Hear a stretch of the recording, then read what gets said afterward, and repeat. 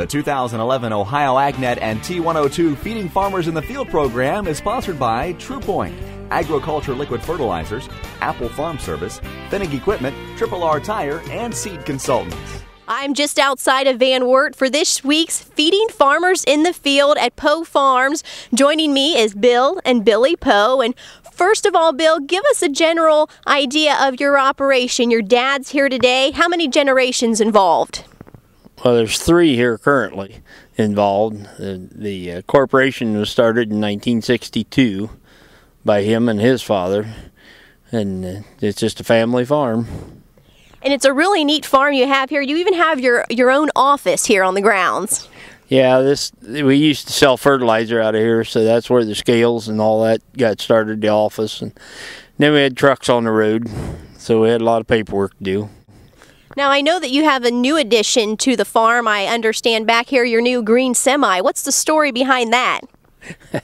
We had a field fire and burned a blue Freightliner up this summer and had to go truck shopping, so you got to find something that stands out in the crowd.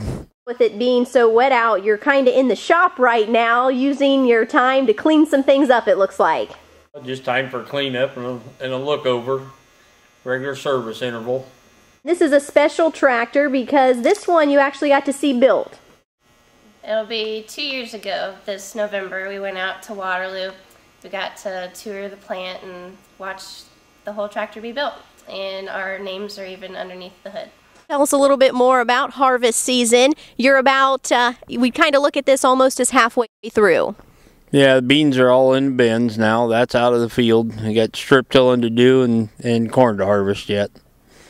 And the guy who spends, I'm told, most of the time in the combine, because as you put it, he kicked you out about 3 years ago, is Billy. Tell us about conditions here in Van Wert. What have they been like this harvest?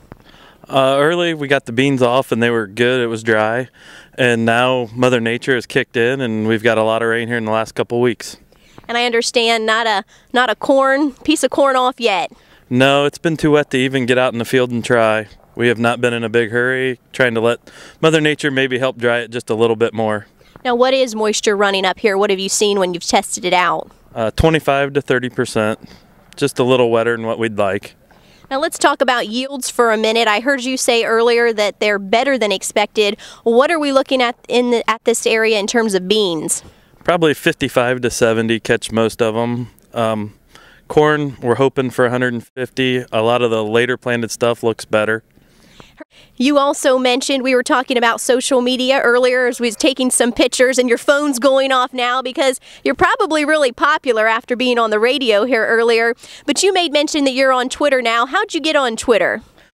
I was bored one day planting beans, so I just thought, why not sign up and see what's out there. This week's Feeding Farmers in the Field winner, Poe Farms of Van Wert.